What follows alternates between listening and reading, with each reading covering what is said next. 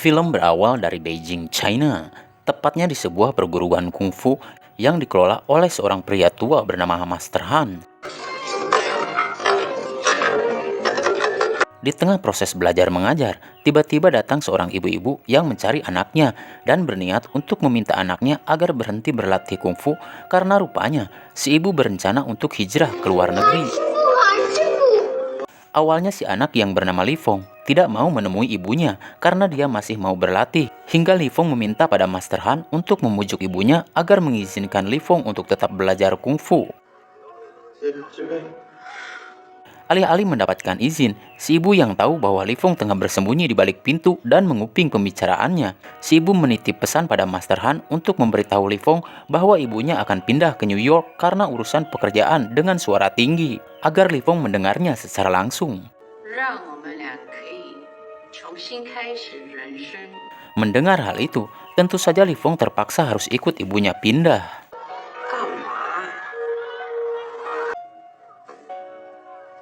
Singkat cerita, tibalah Li Feng dan ibunya di New York. Tak banyak interaksi terjadi di antara mereka, karena memang tampak jelas di wajah mereka, Li Feng tidak menginginkan keadaan saat ini, sementara ibunya juga menyadari hal itu, namun terpaksa harus melakukannya demi kebaikan mereka. Setelah itu Li Feng langsung beres-beres di kamar barunya. Tak lupa dia memasang poster kesayangan dan foto almarhum kakaknya. Entah apa yang terjadi kepada kakaknya Li Feng, karena saat menatap foto tersebut, terlihat rasa rindu dan penyesalan yang sangat dalam di wajahnya Li Feng. Pada malam harinya, Li Feng memutuskan untuk jalan-jalan dan mencari makanan, hingga tiba di sebuah warung pizza dan bertemu dengan seorang gadis bernama Mia yang saat itu melayani pesanannya. We don't have stuffed crust. Pada pagi harinya, ibunya Li Feng bersiap-siap untuk menjalani hari pertama kerjanya menjadi dokter di sebuah rumah sakit. Sementara Li Feng bersiap untuk hari pertama di sekolah barunya.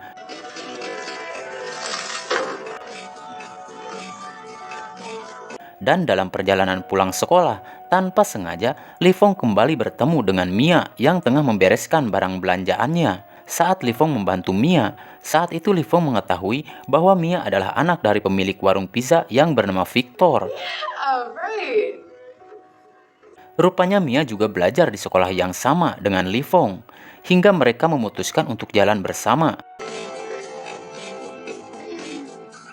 Tak lama kemudian, Li Feng yang pernah belajar kungfu tampak tertarik dengan sebuah sasana bela diri karate bernama Demolition. Namun Mia menyarankan Li Feng untuk tidak bergabung di sasana tersebut karena ternyata Mia kenal dengan pemiliknya yang bernama Oshi.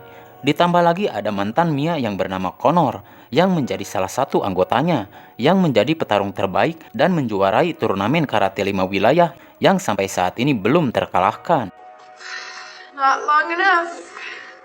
Pada saat latihan, Connor diberitahu oleh Oshi bahwa tadi dia bertemu dengan Mia bersama seorang laki-laki yang dia duga adalah kekasih barunya.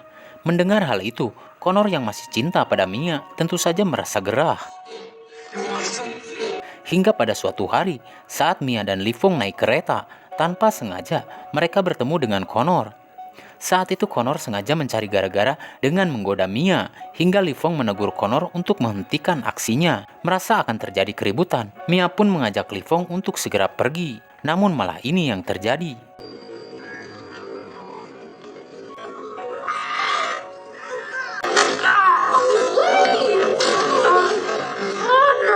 Merasa bersalah, Mia pun mengajak Li Feng ke rumahnya. Saat itu Victor mencoba menyamarkan luka lebam bekas pukulan yang ada di wajahnya Li Feng karena Li Feng takut ibunya marah jika tahu dia berkelahi. Namun usaha itu sia-sia karena pada pagi harinya ibunya Li Feng yang seorang dokter tentu tahu bahwa Li Feng terluka. Meski Li Feng berdalih bahwa luka itu dia dapatkan karena terjatuh. Namun ibunya tidak percaya dan memperingatkan Li Feng untuk tidak berkelahi. No fight. Karena hal itu, ibunya memutuskan untuk mengenalkan Li Feng pada seorang mahasiswa yang bernama Alan untuk menjadi teman belajar agar tak banyak keluyuran dan fokus mempersiapkan diri menghadapi ujian masuk perguruan tinggi. Did you do that to your eye? You met my mom? Pada suatu malam, saat Li Feng membongkar barang pindahan yang belum dia rapihkan, tanpa sengaja dia menemukan foto almarhum kakaknya. Sontak saja terlintas di benaknya kenangan saat kakaknya masih hidup, apalagi saat kakaknya mengajarkan sebuah jurus bernama tendangan naga.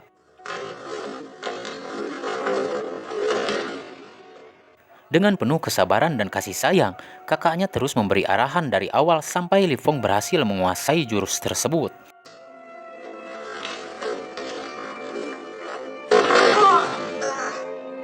Hingga pada suatu hari, saat berada di sekolah, Connor terus saja mengganggu Li Feng hingga membuat Li Feng habis kesabaran dan ini yang terjadi.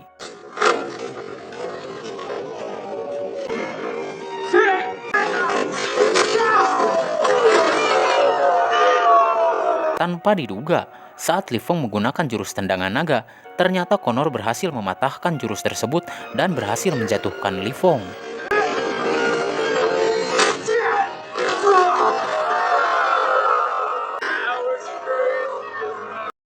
Pada malam harinya, saat Li Feng main ke rumahnya Mia, tiba-tiba datang beberapa orang preman yang menagih sejumlah uang kepada Victor dengan cara kasar.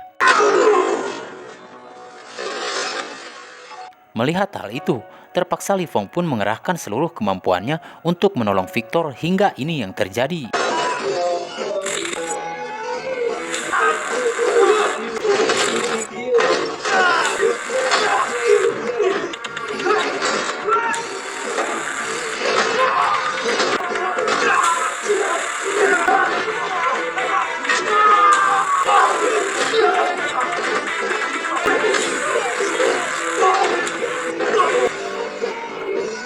Melihat kemampuan yang dimiliki oleh Li Feng, Victor pun bercerita bahwa Li Feng mengingatkan dia pada masa mudanya yang ternyata seorang petinju, namun memutuskan untuk pensiun karena kehilangan istrinya setelah melahirkan Mia.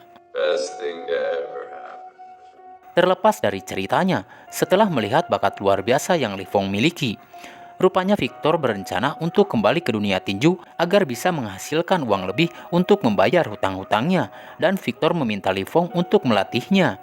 Namun Li Feng menolaknya mentah-mentah.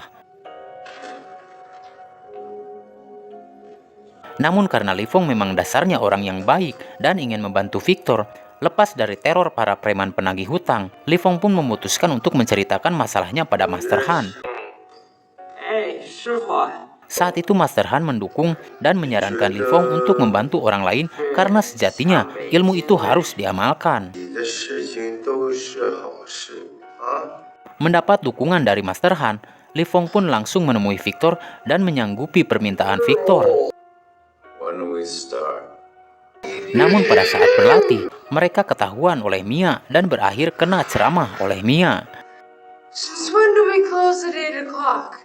Namun setelah Victor berjanji hanya bertanding 1 atau 2 kali saja, hanya sampai Victor berhasil melunasi hutang-hutangnya. Setelah itu Victor tidak akan bertanding lagi.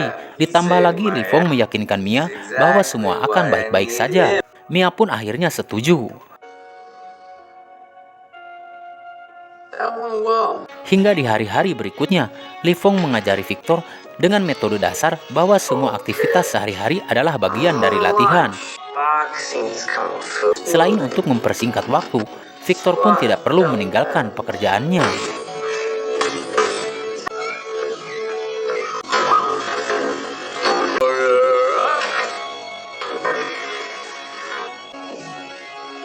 You might actually survive a fight or two. Pada suatu malam, saat pulang ke rumah, Li Feng mendapati ibunya tertidur di sofa dekat dengan foto almarhum kakaknya Li Feng. Saat itu Li Feng tahu bahwa ibunya habis mengenang dan tengah merindukan kakaknya sampai ketiduran. Melihat hal itu, Li Feng merasa semakin bersalah.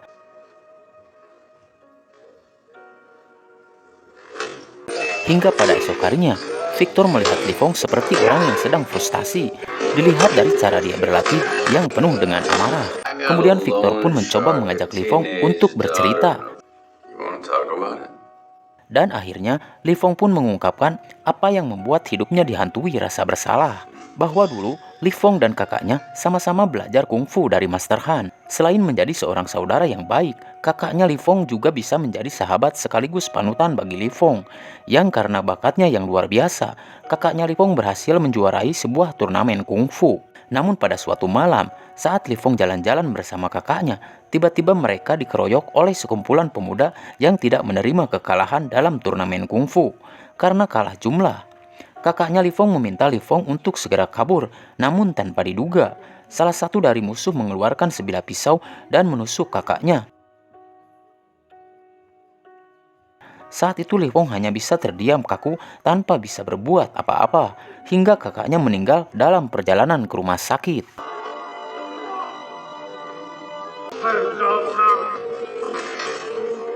Dan itulah yang menimbulkan rasa trauma bagi Li Fong juga ibunya, hingga membuat ibunya Li Fong sengaja pindah ke New York agar Li Fong berhenti belajar kungfu dan ikut turnamen karena takut kejadian yang sama akan terulang. Bahkan ibunya Li Fong menjadi sangat overprotektif terhadap Li Fong, hingga Li Fong merasa sangat tertekan. Singkat cerita, tibalah saat Victor untuk bertanding dan tanpa diduga, orang yang menjadi lawannya adalah anak buahnya Osi. Saat itu sebenarnya Victor berhasil unggul atas lawannya. Namun karena lawannya berbuat curang atas perintah Osi, akhirnya Victor pun berhasil dijatuhkan hingga tak sadarkan diri.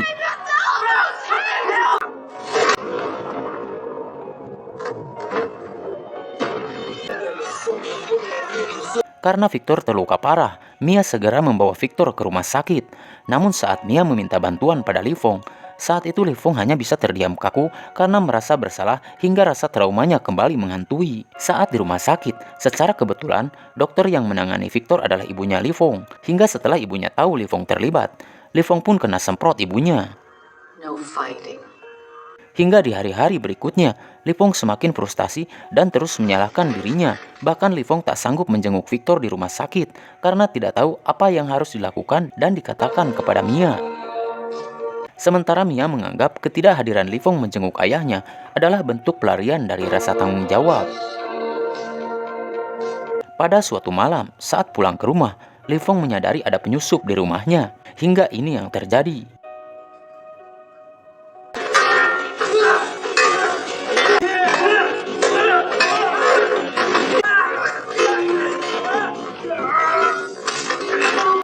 Now you see me, huh? Ternyata itu adalah Master Han yang sengaja berkunjung untuk melihat keadaan Li Fong karena khawatir setelah akhir-akhir ini Li Fong tidak bisa dihubungi. Tak lama kemudian, ibunya Li Fong datang dan melihat ada Master Han di rumahnya. Meski Master Han mengaku hanya sekedar berkunjung, namun ibunya Li Fong menyadari ada hal yang lain selain itu. Why you're here?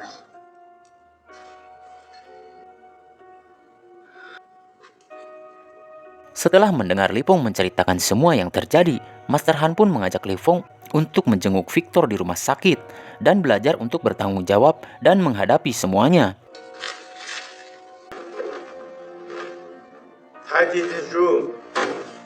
Tentu saja kedatangan Li Fong dan Master Han tidak disambut baik oleh Mia.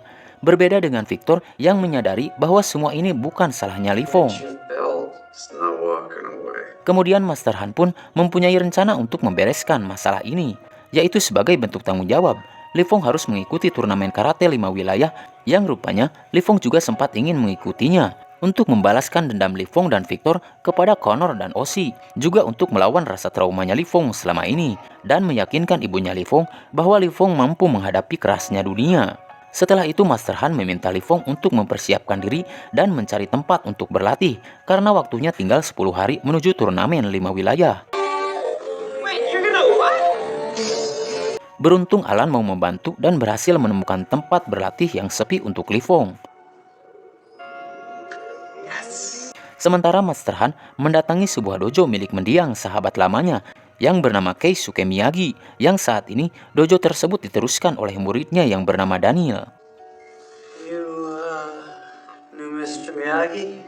Setelah bertemu dengan Daniel, awalnya Daniel tidak tahu siapa yang mendatangi dojonya, hingga Master Han pun sedikit bercerita tentang siapa dirinya dan hubungan dengan gurunya Daniel. Berikut kisah persahabatan mereka juga asal-usul terciptanya ilmu karate Miyagi. Right here in this house. Mendengar cerita Master Han, Daniel merasa tersanjung dan tidak menyangka bahwa dia akan bertemu dengan Master Han, orang yang sudah dianggap saudara oleh mendiang gurunya, bahkan gurunya sering menceritakan tentang Master Han. Setelah itu Master Han meminta Daniel untuk melatih Li Fong guna menambah materi jurus yang Li Fong miliki dengan materi jurus karate Miyagi yang Daniel miliki. Sayangnya saat itu Daniel menolak permintaan Master Han. Namun sebelum pergi, Master Han yakin bahwa Daniel akan menerima permintaannya. I see you in the Big Apple. Dan benar saja, pada esok harinya, saat Li Fong dan Master Han berlatih, tiba-tiba Daniel datang dan bersedia melatih Li Fong karena Daniel sadar bahwa ilmu itu wajib diamalkan. Han Shifu. Setelah melihat bakat yang dimiliki Li Fong, Daniel yakin Li Fong akan dengan cepat menguasai teknik dan jurus-jurusnya. Namun setelah beberapa hari berlatih, Li Fong seperti kurang semangat dan tampak tidak fokus. Out. Focus. Rupanya Mialah yang menjadi salah satu penyebabnya, hingga Li Fong memutuskan minta bantuan pada Alan untuk memesan pizza. Mia yang tidak tahu tentu saja langsung mengantar pesanan pizza ke alamat si pemesan, yang ternyata adalah tempat latihan Li Fong. Pepsi. Fares well. Saat itulah Li Fong meminta maaf dan menjelaskan semuanya pada Mia, hingga akhirnya Mia pun mengerti dan hubungan mereka kembali membaik. Diiringi petikan gitar dan suara merdu dari nyanyian Alan.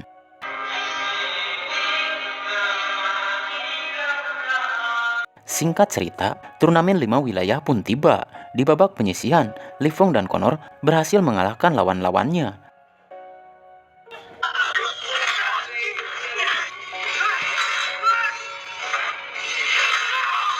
Hingga di suatu pertarungan, Connor menyadari bahwa kemampuan Li Fong sudah berkembang pesat. Hal itu terlihat saat Li Fong berhasil mengalahkan teman seperguruan Connor. Merasa akan mempersulitnya untuk kembali meraih juara, Connor pun meminta bantuan anak buahnya Osi untuk menghajar Li Fong agar tidak bisa lagi mengikuti turnamen. Namun tentu saja Master Han dan Daniel tidak tinggal diam hingga ini yang terjadi.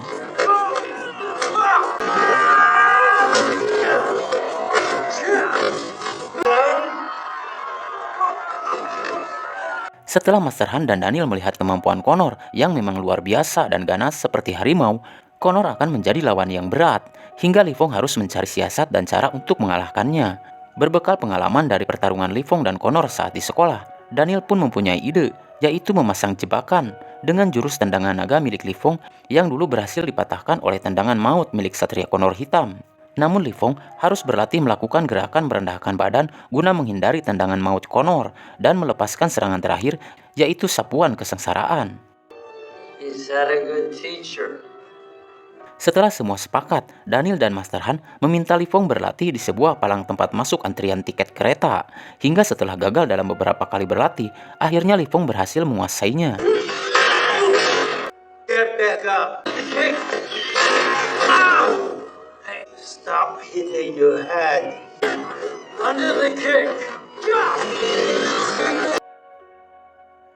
Hingga tiba saat partai final turnamen 5 wilayah pun digelar. Namun sebelum itu, Daniel memberikan sebuah ikat kepala lambang perguruan karate Miyagi miliknya sebagai tanda bahwa Li Fong adalah penerus berikutnya. Thank you, Sensei.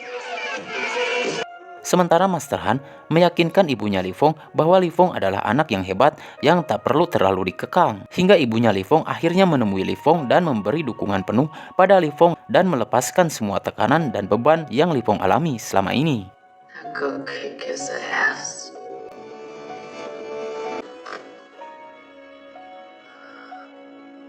Bahkan Victor dan Mia pun ikut datang dan menyaksikan Li Fong bertanding. Dan partai final pun dimulai. Seperti aturan sebelumnya, Li Fong dan Connor harus mendapat 8 poin untuk memenangkan pertandingan.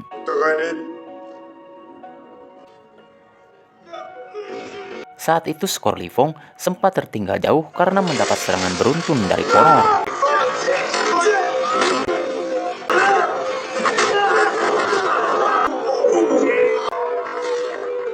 Untungnya Li Fong berhasil melakukan manuver yang epik yang akhirnya mampu membalasnya, bahkan sedikit unggul dari Connor. Namun di poin-poin terakhir, Connor berhasil menjatuhkan Li Fong hingga membuat Li Fong nyaris tak bisa melanjutkan pertandingan.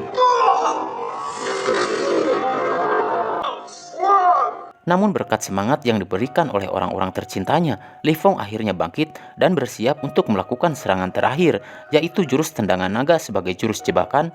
Connor yang sudah tahu jurus itu mencoba mematahkannya dengan jurus yang sama, tanpa sadar bahwa itu adalah jurus jebakan hingga ini yang terjadi.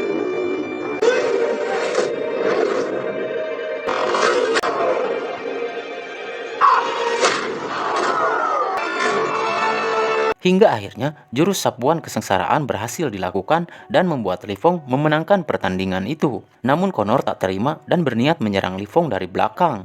Untungnya Li Fong sigap dan kembali menjatuhkan Connor hingga Connor menerima kekalahannya.